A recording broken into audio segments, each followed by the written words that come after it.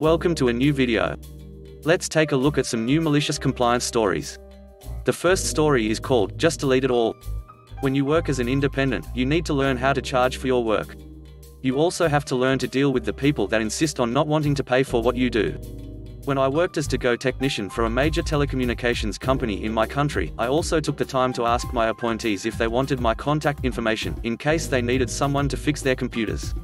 This after-work side hustle really helped me pay the bills because for some reason working for a major company just doesn't pay the bills the way it should. Most of the people I picked up as clients were good, respectful folk. This is a story of Lewis, who was not that kind of person. Lewis had computer problems. He calls me one day saying, "My computer won't turn on." It's a Sunday morning and I was hoping for a quiet day of contemplation before returning to my wandering. Lewis, however, was very insistent that I go over there now, and that he would pay extra if I fix his problem as fast as possible because he is a busy man. This is good because I am super broke. Now, Lewis is almost a perfect stereotype. Massive ego, a notable disregard for the concerns of lesser people, and almost zero capacity to listen to people who know what they are doing. Charming guy, I still don't know why his previous tech guy ghosted him. Anyhow, apparently his computer won't turn on. Turns out it did, but Windows would just not load. Turns out the file system was damaged, and I have to take it home to assess the damage and format. Just fix it. He cuts me off when I try to explain the damage. He has a meeting in like half an hour and doesn't have time for this. After a quick check, I can tell the hard drive is fine, still has a couple of years left in him. I still need to format or it won't work. So I call Lewis super fast to explain myself again. It's just a format. It's just gonna take me some time to do the backup. Lewis cuts me off again. No backup, I need it now. Just format it. Besides, you are just gonna overcharge me again like you always do. With that, he hangs up. I was going to tell him I don't charge for backups. So I just do it. I put the hard drive back in, and format the whole thing, no backup of the years of business documents and spreadsheets he would most definitely need. And I knew for a fact those were not backed separately like I recommended. So about an hour later Lewis gets his computer, pays up, and I leave. He doesn't realize he is missing all that important stuff until 2 days later. It was a fun call and I never worked with him again. The next story is called, Hotel Compliance. Once upon a time at a job where I was working at the front desk of a hotel. I had a particularly unpleasant guest come to check in, complete with the "I want to speak to a manager" haircut and throwing credit card on the desk without a word due to being engaged in a phone conversation. I can tell you the malice had already begun as I patiently smiled and waited for her to finish her conversation before confirming reservation details. I knew there would be anger and I was long past the point of caring that day. Her reservation details had outlined in 3 separate spaces that she was a very important person, who absolutely had to have a room on the top floor and always needed an upgrade. To her credit, she did manage to spend enough money at different brand locations that she did get top priority, but I typically made it a point to read the spirit of the request above the letter. You see, at this point, I had 2 rooms left in the hotel on a busy business convention weekend. We'll call them Room 1810 and Room 1735. Room 1810 was a corner room, which was definable as an upgrade from a standard room.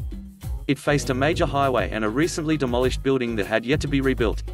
It was on the top floor, but it was legitimately one of the worst rooms in the entire hotel, both for reasons above and the floor plan for the corner room making it noticeably smaller than other rooms.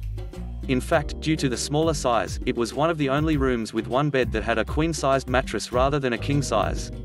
Honestly, it would have been a storage room if it weren't on the top floor.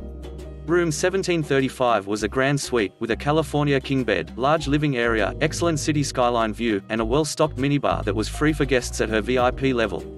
It was on the second to top floor and typically cost 3 times what a standard room would cost. Naturally, I attempt to inform her that she was upgraded and due to her status, I would like to offer her an upgrade to our grand suite on the 7th floor.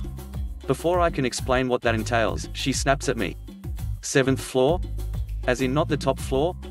She makes it a point to insist that she is always on top and will never be beneath anyone else. Rather than argue, I simply agree and give her precisely what she asked for, the room on the top floor. The final guest arrives 5 minutes later to find they have been given an excellent complimentary upgrade. Did she complain when she realized her mistake and couldn't move to the grand suite? Hardly so. Did she call corporate? Absolutely. However, as I explicitly gave her what she had asked for, what she insisted on the reservation, and what was marked in her corporate rewards profile as an absolute top priority in all circumstances, she had already been given exactly what she wanted. The third story is called, Gas Leak. So I work for a natural gas company. We provide natural gas to our customers. As part of my job, I safety check gas appliances, relight pilots and respond to emergency gas leak calls. During the cold months, we get a lot of false gas leak reports just because customers can't wait for an appointment to have their pilots lit for their heater. When I get these gas leak calls, I can typically tell if they're false reports from the customers. One time, on Thanksgiving, I arrived at one of these false gas leak reports and the customer is inside the home cooking with a whole group of people inside. The customer is told to wait outside the house for us to come, for safety concerns. Well, this guy and his family didn't. When I got in, the guy says, "I smell gas coming from my heater." I inspected the thing and it was in the off position. He says he tried turning it on and it doesn't work and later admitted he only called us to come out and turn it on and get it running. I was not having it. During this time of the year, we are crazy busy and appointments are typically 2 weeks out. I had to stop work at another appointment, just to come to this douche.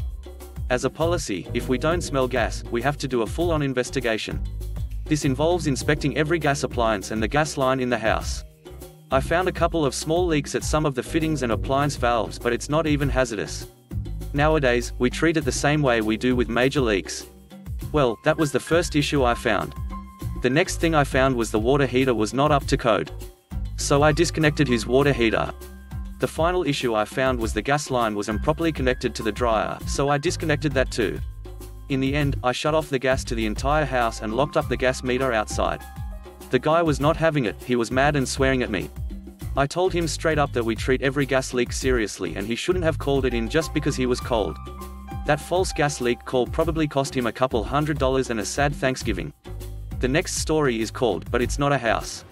My uncle is a farmer in rural Ohio and has a lot of Amish neighbors. Earlier this year, one of them purchased an old farmhouse not far from my uncle's house. They got into a conversation about what his plans for the property were. The Amishman said the house was in pretty bad shape but came with a few dozen acres of surrounding land, and he was planning on just removing the house and using the property as farmland. He figured that the cheapest and quickest solution was just to burn the house down. My uncle said, "I'm not sure that's legal." "Why not?" "I own the house. There is no other houses nearby that could be damaged. It won't hurt anyone." "I don't disagree, but the county has regulations about how buildings can be demolished. I'm pretty sure that burning down a building is not allowed, even if you own it. You should check with the county sheriff's office first." So the Amishman borrowed my uncle's phone to call the sheriff's office, and it turns out my uncle was right. The sheriff told him that if he set the house on fire, he would have to pay a hefty fine. The Amishman was not very pleased but thanked my uncle for letting him know. A few weeks passed and nothing happened. Then my uncle was driving home one day and saw that the house had been demolished. It looked to him like someone had just pushed it over with a bulldozer because what was left was a large pile of lumber and roofing and vinyl siding. My uncle assumed they would be paying someone else to haul the wreckage away. And yes, before you say so, I know the Amish can't use bulldozers, but they really have a lot of loopholes in that system of theirs. They can't own modern technology, but there seems to be no prohibition against borrowing or hiring modern technology. Anyway, during work the next day, my uncle sees an enormous column of black smoke rising into the sky. Alarmed, he hops into his truck and follows the smoke cloud and discovers a large crowd of Amish watching a giant greasy bonfire that was the remains of the house. My uncle finds his neighbor in the crowd and walks over. "So you decided to burn it after all?" "Yes." "What are you going to do when the sheriff comes?" "He already came and went." "And?" "Well, he told me that he'd have to fine me for burning down my house." And I said, "But it's not a house. It's just a pile of garbage." Burning your garbage is legal in their county. My uncle routinely does it himself. "What did the sheriff say?"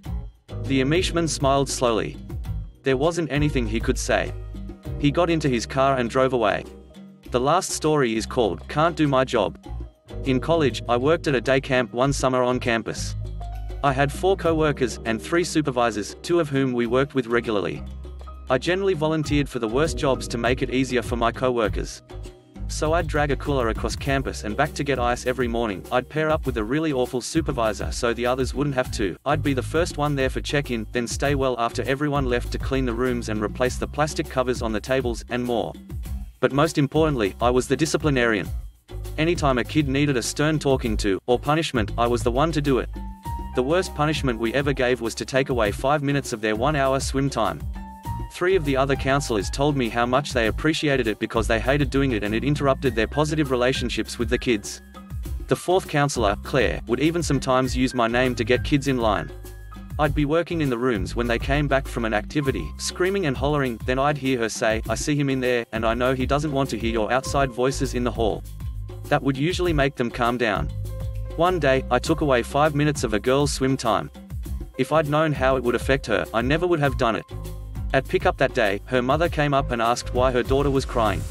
Claire just took her to the side, and I didn't think any more of it. About an hour later, I'm in the building alone, cleaning, and replacing the damaged table covers. Claire comes in with her dinner, making such a big mess that I ended up having to replace that cover as well. She informs me of what happened. The girl was distraught over losing the pool time because she thought she was going to get in a lot of trouble at home for it. If I had known this was the situation, I would have apologized in person and given the mother my supervisor's contact information if she still wanted to complain. Instead, Claire told the mother what a bad counselor I was, that I existed basically only to punish the kids and that she needed to contact my supervisor to file a formal complaint. Claire continued telling me repeatedly for about 40 minutes how I was so awful. Luckily, the mother called my good supervisor, Jessica.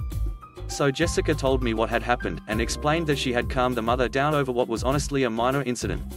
But she was still forced to give me a verbal reprimand. And it was the greatest reprimand I've ever gotten. She basically just told me to stop disciplining the kids. So from that day on through the end of summer, I paired up with Claire at every opportunity. I'd spend my days hot gluing stuff and helping the kids assemble crafts.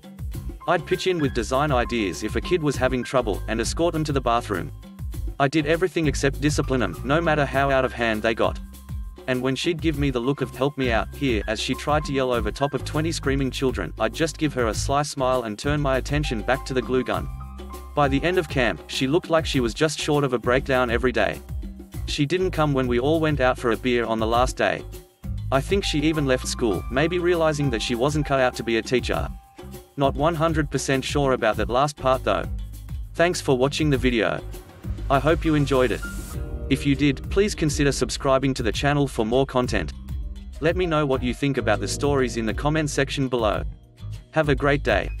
Bye bye.